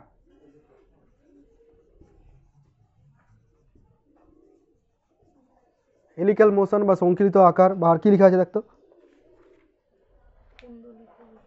কুণ্ডলিত, ঠিক আছে, সংকিল গতিপথ, বিভিন্ন রকম নাম আছে, ইংরেজিতে একটাই নাম, সেটা হচ্ছে হেলিক্যাল। হয়েছে, এতটুকু বুঝতে পেরেছিস? শেষ হয়নি এখানেই। এবার এই যে বৃত্তপথে ঘুরছে, আমি যদি একটা পাককে ইমাজিন করি, জাস্ট একটা পাক এখান থেকে ঘুরে এইভাবে এইখানে আসলো, এটাই তো একটা পাক নাকি, সোজাসুজি একদম এর মাথাতে যেটা বসে থাকবে, পুরো এক পাক কমপ্লিট। তো এই যে বৃত্তাকার পথে ঘুরলো, এই বৃত্তাকার পথে ঘোরার জন্য ব্যাসার্ধ কত হলো? তো ব্যাসার্ধের ফর্মুলা আগে মুখস্থ করেছিলাম mv/qb, যেখানে ভিটা কি, যে ভেলোসিটির জন্য দায়ী, এখানে কোন ভেলোসিটির জন্য দায়ী, ভি সাইন থিটার জন্য বৃত্তপথে ঘুরছে, ভি কস থিটার জন্য কি বৃত্তপথে ঘুরছে, ভি কস থিটা উপরে নিয়ে যাচ্ছে, তাহলে ভি সাইন থিটার জন্য দায়ী, তাই জন্য এখানে V sine theta R equal to mv sine theta by QB. তাহলে আলাদা করে কিছু করতে হচ্ছে না, যেটা ওখানে শিখলি সেটা এখানে বসিয়ে দিচ্ছি। পর্যায়কাল কি ছিল রে, 2πm/কিউবি, এটা আগে ছিল, এখন কি হবে বল, এটাই তো হবে। কি চেঞ্জ হয়েছে, ভেলোসিটির উপর ডিপেন্ডই করে না। তার মানে আমি ওকে 90 ডিগ্রি কোণে ছুড়ে দিই বা অন্য যে কোনো থিটা অ্যাঙ্গেলে ছুড়ে দিই, পর্যায়কালের কোনো চেঞ্জ হচ্ছে না, পর্যায়কাল ফিক্সড। বোঝা গেছে? তাহলে এটার উপর ডিপেন্ড করছে না, এগুলোকে আমি ড্যাশ দিয়ে দিলাম পরবর্তী বোঝানোর জন্য। সাইক্লোট্রন কম্পাঙ্ক n ড্যাশ ইকুয়াল টু কিউবি/2πm। আশা করি এতদূর পর্যন্ত বুঝতে পারলি, তাই না? বিশাল জটিল জটিল জিনিস, জীবনে ভাবতে পেরেছিলি এরকম কিছু জিনিস আছে করার মতো, এগুলোও করতে হবে। ওই একে চন্দ্র দিয়ে পক্ষ শেখার পর যোগ বিয়োগ গুণ ভাগ শিখলি, তারপরে বড় বড় সরল শিখলি, বীজগণিত শিখলি, আর মাধ্যমিকে এসে তো বিশাল অঙ্ক, ভালো নাম্বার পেয়ে গেলি, ভেবে নিলি কত কিছু শিখে নিয়েছি। এরপরে দেখ এগুলো কিছু আছে। আচ্ছা, পিচ বলে একটা ওয়ার্ড আছে, পিচ। এই পিচ মানে রাস্তার পিচের কথা বলছে না, এখানে পিচ কথাটার অর্থ হচ্ছে PITCH। পিচ বলতে কি বোঝানো হচ্ছে, শোন, এই পিচটা তোরা কোথাও পেয়েছিস আরও এক জায়গায়, যদি প্র্যাকটিক্যাল ঠিকঠাক করে থাকিস, স্ক্রু গেজে পেয়েছিস, করিসনি? স্ক্রু গেজের নাম শুনেছিস তো? হ্যাঁ, নাম শুনেছিস তো। ওইখানে পিচ বের করার একটা ব্যাপার থাকে। তো যাই হোক, পিচ ব্যাপারটা হচ্ছে এরকম যে পুরো এক পাক ঘোরার জন্য ও কতটা উপরে শিফট করে গেল, কিভাবে ঘুরছে, এখান থেকে এইভাবে ঘুরে উপরে উঠে গেল। তাহলে এই যে ডিস্টেন্সটা নিচ থেকে শুরু করে উপরে উঠলো, ভার্টিক্যাল ডিস্টেন্সটা, এটাকে বলি আমরা পিচ। স্ক্রু গেজে আমরা স্ক্রু ঘোরাই না, তো ওখানেও কিন্তু ঘোরার এক পাক ঘোরানো বলে সামনে কতটা এগিয়ে যায়, ওটাকে পিচ বলে থাকি। নাম শুনেছিস, শুনিসনি? তো এখানে দেখ, এইভাবে ঘুরতে ঘুরতে ঘুরতে ঘুরতে এই জায়গাটায় ওপরে উঠে গেল, তাহলে এই যে হাইটটা নোংরা হয়ে গেল, বুঝতে পারছিস কিনা দেখতো, এই হাইটটা, এটাকে বলবো পিচ, ঠিক আছে? এই পিচটা যদি বের করতে হয়, এই দৈর্ঘ্যটা যদি বের করতে হয়, দেখ ওপরের দিকে ওকে কে নিয়ে যাচ্ছে, ভি সাইন থিটা না ভি কস থিটা? তাহলে ভি সাইন থিটার কোনো প্রভাব ওর উপরে নেই, যেহেতু পুরোপুরি পারপেন্ডিকুলার, ও প্রভাব ফেলতে পারবে না। তাহলে ভি কস থিটা উপরের দিকে নিয়ে যাচ্ছে। আচ্ছা, ভেলোসিটিটা তাহলে V cos theta, V cos theta বেগে উপরে যাচ্ছে, কতক্ষণে উপরে গিয়েছে, কতটা টাইম লেগেছে উপরে যেতে? এক পাক ঘুরতে সময় লেগেছে T'2πm/কিউবি, তাহলে এতটা টাইম লেগেছে। তাহলে ভেলোসিটি ইন্টু টাইম করলেই তো ডিস্টেন্স পেয়ে গেলাম, কতটুকু গেল। বোঝা গেছে? আচ্ছা, থেমে যাবি না, এখানে আরেকটু কাজ কর। ভি কোথায় গেল, এই যে ভি, হ্যাঁ কিউবি হবে, কিউবি, সরি। আচ্ছা, এই যে ভিটা দেখতে পাচ্ছিস, এখান থেকে রিপ্লেস করে দে, V equal to QBR'/m sine theta, এখানে লিখে দিলাম QBR'/m সাইন থিটা। কেন করব, করলে একটা সুন্দর ফর্ম আসবে তাই জন্য করছি। 2πm/কিউবি, আর কস থিটাকে ভুলে গেছি না, কস থিটা হলো। কি কি কাটছে রে, কিউবি কিউবি এম এম কেটে গেল, থাকছে 2πr' into cos by sine মানে কট থিটা। এই হলো পিচের ফর্মুলা, পি লিখে দিলাম পিচকে আমি। কি বুঝলি ফর্মুলাটা, 2πr' কট থিটা, এটাও ফর্মুলা, এটাও ফর্মুলা। ম্যাথে প্রবলেমে যেমন চাইবে, যেমন ডেটা দিবে সেই অনুযায়ী ইউজ করবো। এটা মনে রাখা ইজি, 2πr' মানে পরিধি, পরিধির সাথে শুধুমাত্র কট থিটাকে গুণ করতে হবে, যে অ্যাঙ্গেলে ছুড়ে দেওয়া হয়েছে। হলো রে, বিশাল বড় একটা টপিক তোরা কমপ্লিট করে নিলি, কিন্তু যথেষ্ট কঠিন টপিক ছিল এটা, সুন্দরভাবে বুঝে গেছিস। আরও কয়েকটা পার্ট আছে, শেষ করে দিই, তা নাহলে অনেক সময় লেগে যাবে। গ্যালভানোমিটারটা পরের দিনের জন্য ফাঁকা রাখবো, গ্যালভানোমিটারও আবার বিশাল বড় একটা টপিক, তড়িৎ চুম্বকত্বটায় পড়াতে একটু বেশি সময় লাগবে। আর একটা সময় লাগবে, সেটা হচ্ছে অল্টারনেটিং কারেন্ট। বাকি আর জিনিসগুলো পড়াতে অতটাও সময় লাগবে না। ওকে, আচ্ছা এরপরে আছে, একটু ধৈর্য রাখ, রেস্ট লাগলে বল, রেস্ট দেবো। জল, আপাতত জল দিয়ে দে রে। কিছু খেতে চাস না তাই বলে?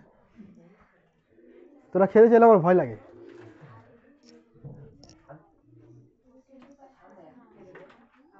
আচ্ছা দেখ দেখ দেখ, লরেঞ্জ বল একটা ওয়ার্ড বলেছিলাম, শুধু লরেঞ্জ বল বলিনি, বলেছিলাম লরেঞ্জ চৌম্বক বল।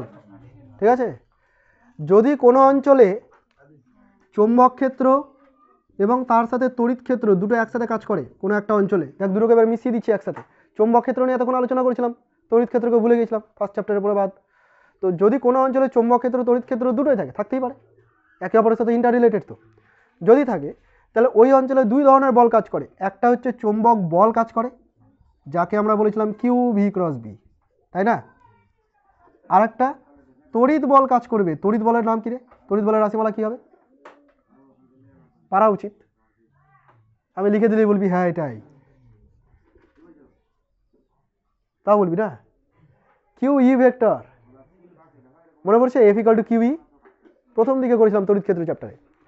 তাহলে এই দুটো বল কাজ করবে। তাহলে ওর উপরে লব্ধি কি বল কাজ করছে? লব্ধি বল কাজ করছে হচ্ছে এফ এম, ভেক্টরিক্যালি যোগ করে দিতে হয়, প্লাস এফ ই। দুটোকে যদি বসিয়ে দিই সেখানে, কিউটা common, V cross B plus E, কি বুঝতে পেরেছিস? V cross B plus E হয়েছে। এটা হলো লরেঞ্জ বল। যদি লরেঞ্জ বল বলে তাহলে দুটো একসাথে, আর যদি বলে লরেঞ্জ চৌম্বক বল এটা, ঠিক আছে, লরেঞ্জ তড়িৎ বল এটা হয়েছে এতটুকু। কখনো কখনো এমসিকিউতে হয়তো দেখতে পাবি নিচের কোনটি লরেঞ্জ বলের রাশিমালা, এইটা অপশানে নাই, দেখতে পাবি হয়তো এটা আছে, টিক করে দিবি, উপায় তো নয় আর কিছু করার, টিক করে দিবি। এটা কখন হয়? এটা সিজিএস পদ্ধতিতে হয়, সি দিয়ে ডিভাইড করতে হয়, একটা সি দিয়ে ডিভাইড করতে গেলে সিজিএস পদ্ধতি হয়ে যায়। ঠিক আছে, এতটুকুই। এটা হলো লরেঞ্জ বল। সিটা হচ্ছে সিজিএস পদ্ধতিতে সি চলে আসে, কি করে আসলো এখন আমরা করবো না এগুলো, হ্যাঁ অটোমেটিক চলে আসলো। ওই যে F equal to Q V cross B কীভাবে আসলো বলিনি, এটাও বলবো না। ঠিক আছে, এগুলো বলার জন্য আলাদা সময় লাগবে, সিলেবাস পার হয়ে যাবে, তো গ্র্যাজুয়েশন সিলেবাস কমপ্লিট করে তো লাভ নেই আমাদের। ঠিক আছে রে, তোদের বইয়ে হয়তো দেখবি এটার প্রমাণ করে দেওয়া আছে, কিন্তু পরীক্ষা আসে না বলে আমি অত করালাম না, দরকারও নাই, বই দেখতে গেলে বুঝতেও পারবি না, জানি আমি। আচ্ছা এবার যদি কোনো অঞ্চলে চৌম্বক ক্ষেত্র এবং তড়িৎ ক্ষেত্র, আমি স্টেপ বাই স্টেপ বলছি শোন, ওই জন্য ধীরে ধীরে চলছি। চৌম্বক ক্ষেত্র আর তড়িৎ ক্ষেত্র যদি পরস্পরের সাথে পারপেন্ডিকুলার থাকে, পারপেন্ডিকুলার এদিকেই নিয়ে নিই, এইদিকে নিয়ে নিলাম তড়িৎ ক্ষেত্র, যদি এরকম পারপেন্ডিকুলার থাকে তাহলে এদের দ্বারা যে বলগুলো কাজ করবে, অর্থাৎ একটা চৌম্বক বল একটা তড়িৎ বল, এদের ডাইরেকশনটাকে দেখব।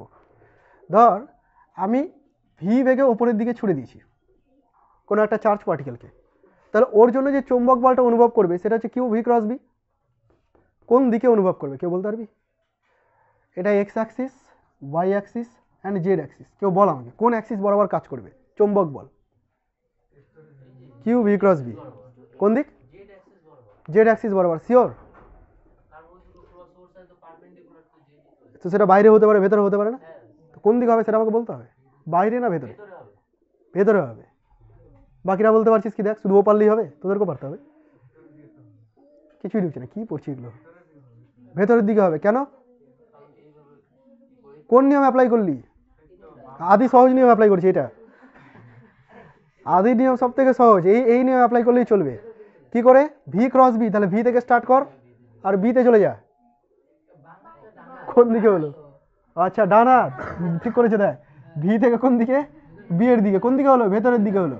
আর যদি ফ্লেমিং এর বাম হস্ত করতাম, আরে বড় হয়ে গেছিস তো, এগুলো পারবো না আবার কেমন কথা, 9-এ শেখানো হয় ফ্লেমিং এর বাম হস্ত নিয়ম। দেখ আমি করছি, বি এইদিকে, মধ্যমা উপরের দিকে, বৃদ্ধাঙ্গুষ্ঠ ভেতরের দিকে। এমন কি জিনিস, বাড়িতে একটু প্র্যাকটিস করবি এরকম ভাবে, কেউ উল্টাপাল্টা ভাবলে ভাববে, কিন্তু প্র্যাকটিস করবি।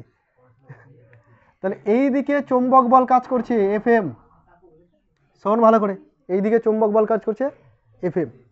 আচ্ছা যে কিউ পার্টিকেলটা, কিউ চার্জ পার্টিকেলটা উপরের দিকে ছুড়ে দিয়েছিলাম, তারপরে একটা তড়িৎ বল তো কাজ করছে, তড়িৎ বলটা কত রে, কিউই। এরা কোন দিকে কাজ করছে, এটা জেড অ্যাক্সিস বরাবরই কাজ করছে, ই ভেক্টর যেদিকে সেদিকে কাজ করবে। তাহলে এই দিকে কাজ করছে হচ্ছে তড়িৎ বল, দুজন একে অপরের অপোজিট, বুঝতে পারলি। যদি এমনভাবে আমি তড়িৎ ক্ষেত্র আর চৌম্বক ক্ষেত্রকে ফিক্সড করি যে দুটো বলের মান সেম, অর্থাৎ কিউভিবি ইজ ইকুয়াল টু কিউই, যদি এমনটা হয়ে যায় তাহলে এখান থেকে একটা রিলেশন তৈরি হবে, মানে একে অপরকে এলিমিনেট করে দিবে। এলিমিনেট করে দিলে কী হবে, রেস্টে দিকে যাবে, কোনো দিকে ফোর্স ফিল করবে না।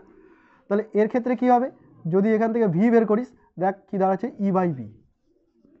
এটাও একটা ইম্পর্টেন্ট ফর্মুলা, কাজে লাগবে,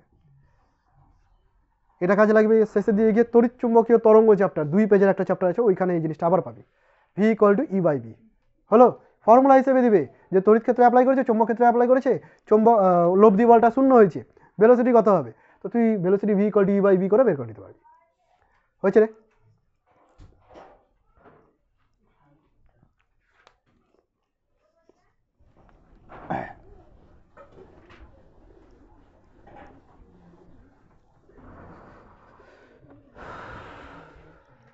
ক্লান্ত তো আমি হব, তোরা বসে আছিস চুপচাপ।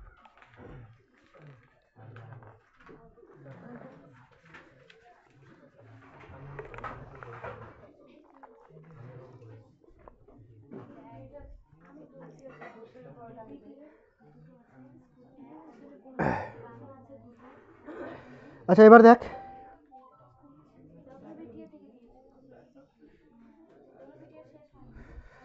এই এবার শোন, একটা তড়িৎবাহী তারের উপর ক্রিয়াশীল বল। এবার এতক্ষণ পর্যন্ত কি করছিলাম, একটা চার্জ পার্টিকেল জাস্ট আধানের উপর। এবার যখন কোনো চার্জ পার্টিকেল ফ্লো করবে, কার মধ্যে দিয়ে ফ্লো করবে, পরিবাহী তারের মধ্যে দিয়ে।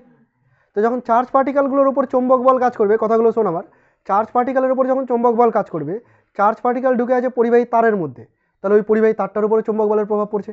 তাহলে তার মানে কি ওই পরিবাহী তারটাও কিন্তু একটা চৌম্বক বল অনুভব করছি। তাহলে ওই পরিবাহী তারের ক্ষেত্রে চৌম্বক বল কী হবে সেটা এবার বের করতে যাব। পরিবাহী তারের ক্ষেত্রে দেখ ফর্মুলাগুলো আসবে, ইন্টারেস্টিং আসবে। পরিবাহী তার এর মধ্যে যে চৌম্বক বল কাজ করবে সেটা কিভাবে হবে, কোনো একটা পরিবাহী তার নিয়ে নিলাম, আঁকা বাঁকা যেমন তেমন, ঠিক আছে। এই পরিবাহী তারের মধ্যে যে তড়িৎ প্রবাহিত হচ্ছে কত, আই পরিমাণ তড়িৎ প্রবাহিত হচ্ছে, কি বুঝতে পেরেছিস। চৌম্বক ক্ষেত্র কিছু একটা রাখা আছে, চৌম্বক ক্ষেত্রের ডাইরেকশন যে কোনো একদিকে ধরে নিলাম, এই দিকে হচ্ছে চৌম্বক ক্ষেত্রের ডাইরেকশন, কোন দিকে রে দেখি বলতে পারিস কিনা। হ্যাঁ, পৃষ্ঠ সাপেক্ষে লম্বভাবে বহির্মুখী, আচ্ছা ঠিক আছে। তাহলে এই চৌম্বক ক্ষেত্রের মধ্যে এর মধ্যে দিয়ে কি হচ্ছে, চার্জ পার্টিকেল ফ্লো করছে। আমি কারেন্ট দেখতে পাচ্ছি না, আমি চার্জ পার্টিকেল দেখতে পাচ্ছি। তো এই চার্জ পার্টিকেলগুলোর উপর এর জন্য একটা প্রভাব কাজ করছে, চৌম্বক বল কাজ করছে, তাই না। ধরে নিচ্ছি এখানে ক্ষুদ্র একটা অংশ আছে ডিএল দৈর্ঘ্য, যার মধ্যে ডিকিউ পরিমাণ চার্জ আছে, খুব খুব কম পরিমাণ। তাহলে ওর উপরে যে চৌম্বক বলটা কাজ করবে সেটা ডিএফ, ডিএফ ইকুয়াল টু কি, dQ into V cross B, এই পরিমাণ চৌম্বক বল কাজ করবে, clear. F equal to Q V cross B. এইখানে দৈর্ঘ্যটা কত নিয়েছি আমি, ক্ষুদ্র ডিএল দৈর্ঘ্য নিয়েছি, ঠিক আছে। আর এই ডিএল দৈর্ঘ্য পার করার জন্য একটা চার্জ পার্টিকেলের যদি ডিটি সময় লাগে, তাহলে ভি ভেক্টরকে লেখা যেতে পারে ডিএল ডিটি, পারে কি পারে না বল। ডিএল দৈর্ঘ্য ডিটি সময়, ভেলোসিটি ডিএল ডিটি পুট করে দেবো এখানে, D F is equal to D Q into D L D T cross B.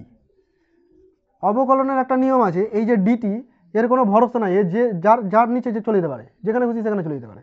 তাহলে ডিএফটাকে রাখলাম, কেন যেতে পারে, যেদিন ম্যাথামেটিক্স অনার্স করবি সেদিন শিখে নিস, এখন এটা শোনা রাখ।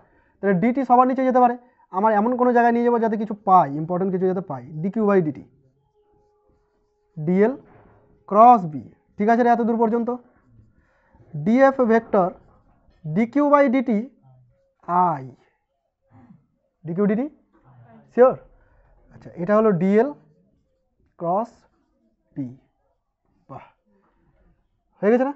এইটা হলো একটা ফর্মুলা পরিবাহী তারের ক্ষেত্রে। মোট কথা লরেঞ্জ বলের ফর্মুলাই আছে, লরেঞ্জ চৌম্বক বল।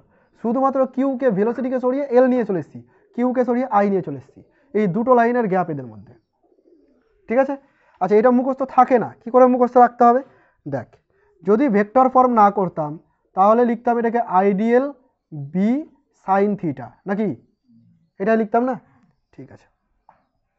যদি আমাকে টোটাল ফোর্স বের করতে হয় পুরোটার জন্য, তাহলে ইন্টিগ্রেশন ডিএফ হ কি নরে, হ integration I dL B sine theta, ঠিক আছে। আচ্ছা, যদি থিটা 90 ডিগ্রি হয়ে যায়, মনে করো আমি এখান থেকে 90 ডিগ্রি কোণে বের করছি, এটা হলো পরিবাহী তার, আর এখান থেকে এতটা দূরে এটা হলো 90 ডিগ্রি অ্যাঙ্গেল। যদি এরকম 90 ডিগ্রি অ্যাঙ্গেল থাকে চৌম্বকক্ষেত্রের সাথে, তাহলে সাইন 90 ডিগ্রি 1 হয়ে গেল স্পেশাল কেস হিসেবে।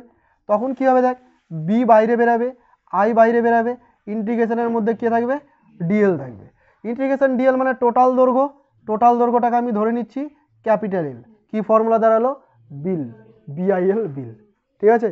তাহলে পরিবাহী তারের ক্ষেত্রে চৌম্বক বলের রাশিমালা হচ্ছে বিল, মনে থাকবে, ওকে, বিআইএল। আর যদি 90 ডিগ্রি না হয় তাহলে এখানে একটা sine theta, BIL sine theta, বিল সাইন থিটা, হয়তো। শুধুমাত্র একটা পরিবাহী তার যখন করলাম, তাহলে পরিবাহী তারকে ঘুরিয়ে একটা লুপও তৈরি করা যেতে পারে। এবার দেখ প্র্যাকটিক্যাল জিনিসে আসবি, তোরা ডিসি মোটর ইউজ করেছিস, মোটর ইউজ করেছিস তো, চোখে দেখেছিস তো, খেলনা থেকে শুরু করে এমন কোনো কিছু নাই যেখানে মোটরের ইউজ নাই, তাই না? তো সেই মোটর কি করে কাজ করে সেই মেকানিজমটা এখন দেখবি। এত কিছুর পর মোটরের মেকানিজম তৈরি হয়েছে। দেখ আমি এখন দেখাচ্ছি একটা লুপ। লুপটা কেমন, যে কোনো শেপের হতে পারে। আমি ইন জেনারেল একটা আয়তাকার লুপ নিয়ে নেব। আয়তাকার লুপ বলতে এরকম ধরনের লুপ হবে। লুপটার মধ্যে দিয়ে চার্জ পার্টিকেল ফ্লো করতে হবে, তার মানে ওর মধ্যে কারেন্ট ফ্লো করতে হবে, মোট কথা, তাই না? লুপটাকে আমি এইভাবে দেখাচ্ছি।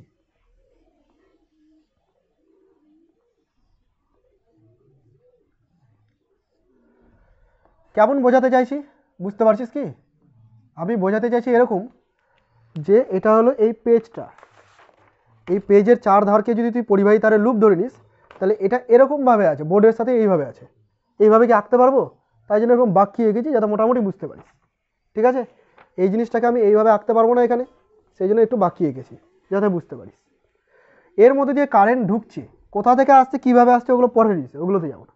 এখানে কারেন্ট যাচ্ছে, আর একটা চৌম্বক ক্ষেত্রের ডাইরেকশন আমি ধরে নিচ্ছি, এটা হলো চৌম্বক ক্ষেত্রের ডাইরেকশন, সুষম চৌম্বক ক্ষেত্র। এরকমভাবে সমান্তরাল বলরেখা দিয়ে দিলাম মানে সুষম চৌম্বক ক্ষেত্র। তাহলে এটা চৌম্বক ক্ষেত্রের ডাইরেকশন। কোন দিকটা চৌম্বক ক্ষেত্রের ডাইরেকশন? এদিকে দেখ, এই পেজটা এটা হলো আয়তক্ষেত্রাকার লুপের তলটা, তলটা এইভাবে আছে। আর চৌম্বক ক্ষেত্র কীভাবে আছে? এইভাবে আছে, এই দিকে, বুঝতে পারলি? তারপরে এই বাহুর সাথে চৌম্বক ক্ষেত্র পারপেন্ডিকুলার, এই বাহুর সাথে চৌম্বক ক্ষেত্র পারপেন্ডিকুলার, এই বাহুর সাথে প্যারালাল, এই বাহুর সাথে প্যারালাল। ইমাজিন করা যাচ্ছে? তাহলে এই বাহুর সাথে প্যারালাল, এই বাহুর সাথে প্যারালাল, এটার সাথে পারপেন্ডিকুলার। ছবিতে দেখে পারপেন্ডিকুলার লাগছে না, বাট পারপেন্ডিকুলার। বুঝে গেছিস তোরা? বুঝে যাওয়াটাই দরকার। এর মধ্যে কিছু কারেন্ট যাচ্ছে, কি কারেন্ট যাচ্ছে? সাপোজ আই কারেন্ট ঢুকছে, তাহলে এখান দিয়ে আই কারেন্ট ঢুকতে গেলে এখান দিয়ে কি 2i কারেন্ট বেরাবে, আই কারেন্টই বেরাবে, ঠিক আছে। কি বললাম আমি, যে একটা পরিবাহী তারের চৌম্বক ক্ষেত্রে যদি রাখা যায়, ওর মধ্যে যদি আই কারেন্ট যায়, তাহলে কি পরিমাণ চৌম্বক বল কাজ করবে? বিল পরিমাণ, বিআইএল, বললাম না? তাহলে এই যে পরিবাহী তারটা, শুধুমাত্র এটার কথা বলছি আমি, এ বি এটার কথা বলছি। শুধু এ বি পরিবাহী তারটার উপর যে চৌম্বক বলটা কাজ করবে, সেই চৌম্বক বলটা কত কাজ করবে? বিল, এ বির ওপরে বিল পরিমাণ চৌম্বক বল কাজ করবে, BIL.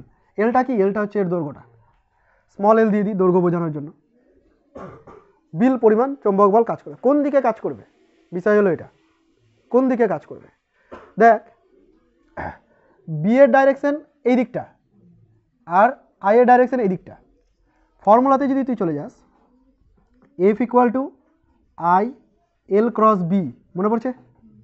Actually dF equal to dL ছিল। তো এল ক্রস বি যে তলে থাকবে তার সাথে পারপেন্ডিকুলার হবে এফ এর ডাইরেকশন, মানে ডান হাত দিয়ে এটাও করতে পারিস, ফ্লেমিংয়ের বাম হস্ত নিয়মেও করতে পারিস, তোর ইচ্ছা। তো আমি যদি এটাকে অ্যাপ্লাই করতে যাই, তাহলে এই জায়গাটাকে দেখতে হবে। তড়িৎ কোন দিকে প্রবাহিত হচ্ছে? এই দিকে। কোন দিকে তড়িৎ প্রবাহিত হচ্ছে? এই দেখ, তড়িৎ প্রবাহের ডাইরেকশন হচ্ছে এই দিকটা, এরকমভাবে। কোন তলটা বলতো? এ বি তলটা, এটা এ আর এটা বি, বোঝা যাচ্ছে? এইভাবে এদিকে তড়িৎ প্রবাহিত হচ্ছে। চৌম্বক ক্ষেত্র কোন দিকে? চৌম্বক ক্ষেত্র এইদিকে। মধ্যবর্তী অ্যাঙ্গেল কত রে? 90 ডিগ্রি হয়েছে। তো মধ্যবর্তী অ্যাঙ্গেল 90 ডিগ্রি যদি হয়ে যায়, তাহলে এই বিটা এরা যে তলে আছে তার সাথে পারপেন্ডিকুলার হবে। তাহলে এরা যে তলে আছে তার সাথে পারপেন্ডিকুলার ওপরের দিকটা হতে পারে, নিচের দিকটা হতে পারে, ওপরের দিকটা হতে পারে, নিচের দিকটা হতে পারে। হবে কোন দিকটা? ফ্লেমিংয়ের বাম হস্ত নিয়ম, অথবা ডান হাত দিয়ে যেটা করছিলাম। তাহলে করছি এল ক্রস বি, এলটা এদিকে, বিটা এদিকে, এল ক্রস বি, বুঝতে পারছিস? এল থেকে বি এর দিকে ঘুরে গেলাম, কোন দিকে হয়ে গেল? নিচের দিকে হয়ে গেল। এবার নিচের দিকে বোঝানোর জন্য আমি এরকমভাবে দেখিয়ে দিলাম, এই দিকে বিল পরিমাণ ফোর্স নিচের দিকে কাজ করছে। মোটামুটি ধারণা করা যাচ্ছে তো? সিমিলারলি তুই যদি এইটা তলের ক্ষেত্রে দেখিস, এর অভিমুখ কী হয়ে গেছে, চেঞ্জ হয়ে গেছে। আর আমাকে বোঝাতে হবে না যে এটার জন্য ওপরের দিকে হবে, এটা যদি নিচে হয় তাহলে এটা ওপরে হবে, অভিমুখ যেহেতু চেঞ্জ হয়ে গেছে ডাইরেকশন থেকে বলতে পারি। এটার উপরে কি পরিমাণ ফোর্স কাজ করছে, বিল, এফ ইকুয়াল টু বিল। দুটোতে সেম সেম ফোর্স কাজ করছে, কারণ দুজনের দৈর্ঘ্য সেম, কারেন্টও সেম। এত দূর পর্যন্ত সমস্যা নেই। এইগুলো কি দোষ করলো, এগুলো বসে থাকছে। দেখ, এদের জন্য যদি তুই বল বের করতে যাস, চৌম্বক ক্ষেত্র এদিকে, এর ডাইরেকশন এদিকে, মধ্যবর্তী অ্যাঙ্গেল 180 ডিগ্রি আর সাইন 180 ডিগ্রি, জিরো, কোনো ফোর্স হচ্ছে না ওর উপরে। সিমিলারলি এটা জিরো হয়েছে, তাহলে কাজ করছে শুধুমাত্র এবি আর সিডির ওপরে, বোঝা গেল। এবার তুই মনে কর এই যে পরিবাহী তারটা, লিখেই দিই,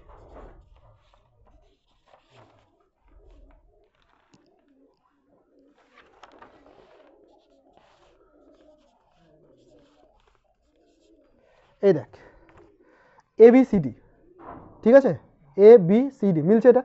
এই ABCDর উপরে এই বাহুটা আমি এরকমভাবে ধরে নিলাম, এই বাহুটাকে কেউ নিচের দিকে টানছে আর এই বাহুটাকে কেউ ওপরের দিকে টানছে, তাহলে এ কী করবে, এইভাবে ঘুরে যাবে।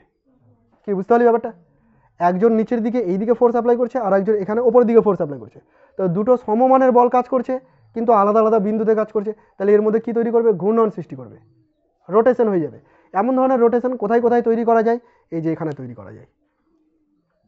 এই যে ঘোরাচ্ছি, কি করছি আমি, বুড়ো আঙুল দিয়ে এদিকে ঠেলছি, তর্জনী দিয়ে এদিকে টানছি, তাহলে একই পরিমাণ ফোর্স অ্যাপ্লাই করছি, দুটো আলাদা ডাইরেকশনে, কী করছে, রোটেট করে যাচ্ছে। বোতলের ছিপি যখন খুলি, একটা এইদিকে ফোর্স একটা এইদিকে ফোর্স, রোটেট করে দিচ্ছি। তার মানে যখন সেম পরিমাণ ফোর্স কাজ করবে এবং দুটো আলাদা আলাদা বিন্দুতে কাজ করবে, তখন ওই বস্তুর মধ্যে কী হবে, ঘূর্ণন সৃষ্টি হবে। ক্লিয়ার এতটুকু? তাহলে এই কয়েলটা এখন কি করবে, ঘুরতে থাকবে, এর মধ্যে দিয়ে কারেন্ট যাবে। কিন্তু এই যে কয়েলটা ঘুরছে, এই কয়েলটাই হচ্ছে ডিসি মোটরের কয়েল। যে মোটরটা ঘোরে ভেতরে, ওই মোটরটার মধ্যে কয়েল আছে। আমি তো এখানে একটা কয়েল রাখলাম, ওরা অনেকগুলো কয়েল তৈরি করে রেখেছে ওখানে, অনেকগুলো পাক। যত এখানে পাক সংখ্যা বাড়াবো তত ফোর্স বাড়বে, আর যত ফোর্স বাড়বে তত স্পিডে ঘুরবে। বুঝতে পারছিস? সেই ফোর্সটা যত বেশি হবে, এই ফোর্সটা তত স্পিডে ঘুরবে। এটাই হলো মোটরের প্রিন্সিপাল। মোটর এইভাবে কাজ করে, বুঝে গেলি মোটর কীভাবে কাজ করে, সেই ছোটোবেলা থেকে মোটর দেখে এসেছিলি। আচ্ছা, তাহলে যখন কোনো বস্তু ঘুরবে, রোটেট করবে, তখন সেই বস্তুর মধ্যে কিন্তু টর্ক বলে একটা রাশি চলে আসে, জানিস? যখন কোনো বস্তু ঘুরে তখন ওই বস্তুর মধ্যে টর্ক বলে একটা রাশি আসে। আর টর্ক যদি বের করতে হয়, টর্ক হচ্ছে বল ইন্টু তাদের মধ্যে লম্ব দূরত্ব। টর্ক মানে কি, বল ইন্টু তাদের মধ্যে লম্ব দূরত্ব। আচ্ছা, বল এখানে কাজ করছে, বল এখানে কাজ করছে, এদের মধ্যে লম্ব দূরত্ব মানে আয়তক্ষেত্রাকার লুপটার প্রস্থ, হ্যাঁ কি না? আয়তক্ষেত্রের লুপটার প্রস্থ, প্রস্থটা হচ্ছে বি আর দৈর্ঘ্যটা হচ্ছে স্মল এন। তাহলে এই জায়গায় বি লিখে দেবো আমি, ফোর্স ইন্টু পারপেন্ডিকুলার ডিস্টেন্স। ফোর্সের মান কী ছিল, BIL, তার সাথে কি আছে, বি। এল ইন্টু বি করলে কি পাওয়া যাবে, এরিয়া পাওয়া যাবে, ক্ষেত্রফল পাওয়া যাবে। এই যে দৈর্ঘ্য ইন্টু প্রস্থ, তার মানে লুপটার ক্ষেত্রফল পেয়ে গেলাম BIA। তাহলে কি পরিমাণ টর্ক কাজ করছে, BIA, বিয়া, যেভাবে খুশি মনে রাখবি, বিল আর একটা বিয়া। তাহলে torque tau equal to BIA হলো। 90 ডিগ্রি ধরেছিলাম বলে BIA, 90 ডিগ্রি না ধরতে গেলে সাইন থিটা চলে আসতো, ব্যাস এইটুকুই ডিফারেন্স হয়েছে রে। বুঝতে পেরে গেছিস? ডিসি মোটর বুঝতে পেরে গেছিস, পরিবাহী লুপ বুঝতে পেরে গেছিস। তাহলে আরেকবার আমি একটু রিকল করে দিই। প্রথমে শুরু করলাম চার্জ পার্টিকেল দিয়ে। চার্জ পার্টিকেলের উপর ফোর্স কাজ করছিল লরেঞ্জ বল, Q V cross B.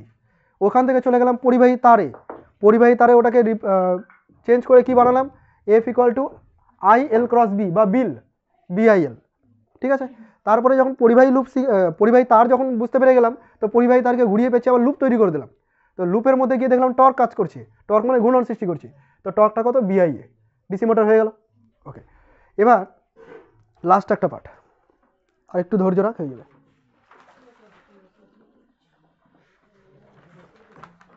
Last, তোদের বার্নৌলির নীতি, বার্নৌলি উপপাদ্য মনে আছে? নাম মনে আছে? নাম মনে আছে। উপপাদ্যটার ভেতরে কি ছিল একটু একটু মনে আছে কি? আচ্ছা, অ্যাপ্লিকেশনগুলো মনে আছে কি? ট্রেনের পাশে দাঁড়ানো বিপজ্জনক, বার্নৌলি নীতি। আচ্ছা, ব্যাখ্যা করেছিল। আবার কি করেছিল, ঘরের চাল ঝড়ের সময় উড়ে যায় কেন, তাই না? আর কি করেছিল, ওই স্প্রেয়ার, তোরা যে বডি স্প্রে দিস বা যে কোনো স্প্রেগুলো, ওই স্প্রেয়ার কী করে কাজ করে, ওখানেও বার্নৌলি নীতি পড়েছিলাম তো। তারপরে আমাদের যে ব্লাড পাম্প হয় হৃৎপিণ্ড, এটা বোধহয় পড়িসনি। ব্লাড যে পাম্প করছে সেখানেও বার্নৌলি নীতি আছে। আচ্ছা, দুটো বড় বড় জাহাজ সমুদ্রে যখন পাশাপাশি যায় ওদের মধ্যে কলিশন হয়ে যাওয়ার সম্ভাবনা থাকে, ধাক্কা লেগে যাওয়ার সম্ভাবনা থাকে, পাশাপাশি যেতে হয় না স্পিডে, তো এখানেও বার্নৌলি নীতি আছে। দেখ কী বলেছিল বার্নৌলি নীতি ওই জায়গাটা, যে দুটো জাহাজ যদি পাশাপাশি যায় তাহলে তাদের মাঝের যে অঞ্চলটা, যে তরলটা আছে, জলটা আছে, ওই অঞ্চলে স্পিড বেড়ে যায়। এবার যে কোনো অঞ্চলে যদি স্পিড বেড়ে যায় তার মানে আশেপাশে চাপ বেশি হয়ে গেছে। চাপ যদি বেশি হয়ে যায় তাহলে চারপাশ থেকে ওই জাহাজ দুটোকে ঠেলে এক জায়গায় লাগিয়ে দিবে, মানে পরস্পর অ্যাট্রাকশনের মতো কাজ করছে এবং সংঘর্ষ হয়ে যাওয়ার সম্ভাবনা আছে। ওই ব্যাপারটাই এখানে কিছুটা উঠে আসবে, সেম টাইপের। রিলেট করার জন্য একটু বলে দিলাম। দুটো সমমুখী, আমিও ডোনার মতো হয়ে গেছি, সব জায়গায় হস্য, সমমুখী তড়িৎবাহী তার।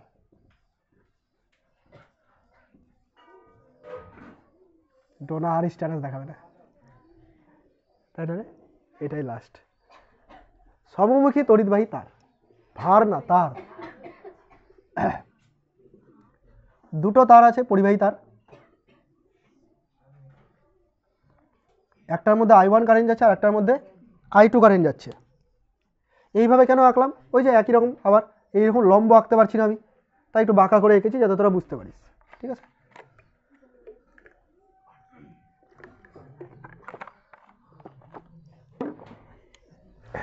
এবার দেখ, এই যে পরিবাহী তারটা, এর মধ্যে দিয়ে তড়িৎ প্রবাহিত হচ্ছে, মন দিয়ে শুনবি, I1 তড়িৎ প্রবাহিত হচ্ছে। এই তড়িৎ প্রবাহিত হওয়ার দরুন এর চারপাশে একটা চৌম্বক ক্ষেত্র উৎপন্ন হবে, যেটা প্রথম দিকেই শুরু করেছিলাম আমরা।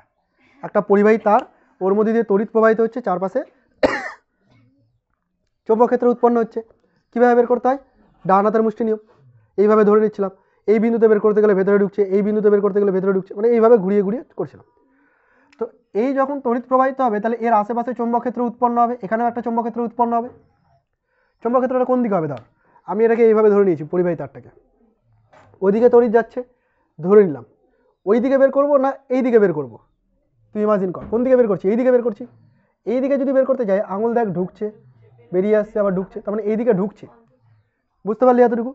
তার মানে চৌম্বক ক্ষেত্রের ডাইরেকশন যদি বের করতে হয় এইভাবে নিচের দিকে, এটা হলো চৌম্বক ক্ষেত্রের ডাইরেকশন। কিছু বুঝতে পারলি না এদিকে কেন হলো? আচ্ছা, দুটো তার নিয়ে নিই, এই হলো দুটো তার, এগুলোকে গুলি মার, এই যে দুটো তার, ঠিক আছে, এরকম দুটো তার আছে। এই দুটো তার, এটার মধ্যে দিয়ে তড়িৎ প্রবাহিত হচ্ছে ওই দিকে তোদের দিকে, এটার মধ্যে দিয়ে তোদের দিকে যাচ্ছে। এটার মধ্যে দিয়ে যখন তড়িৎ প্রবাহিত হবে, একে আমি এভাবে ধরে নিলাম ডান হাতের মুষ্টি নিয়ম। তাহলে এই দিকে কোনো একটা বিন্দুতে চৌম্বক ক্ষেত্র যদি বের করতে হয়, দেখ এরকমভাবে ঢুকছে, এই বিন্দুতে ঢুকছে, এই বিন্দুতে এদিকে যাচ্ছে, এই বিন্দুতে ওদিকে যাচ্ছে, বুঝতে পারছিস? তো আমি বের করে দিয়েছি একদম পাশে এইখানে।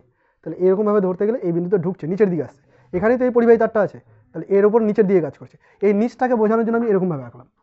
এই অ্যাঙ্গেলটা কত? 90 ডিগ্রি, ছবিতে মনে হচ্ছে না।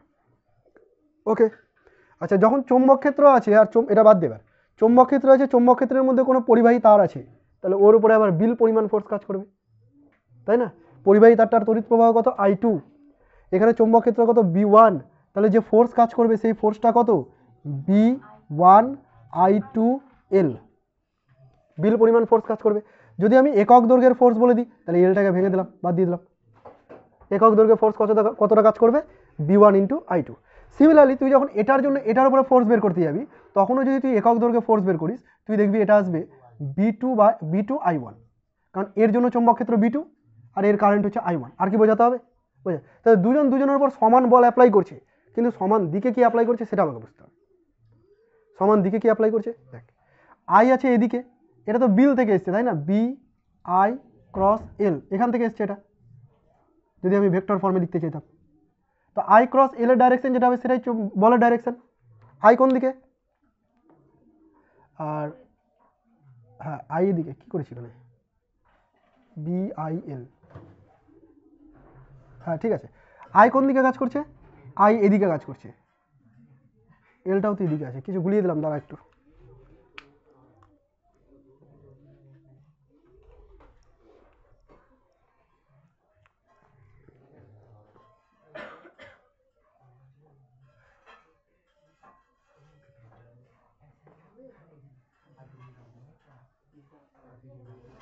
তর্জনী, চৌম্বক ক্ষেত্র,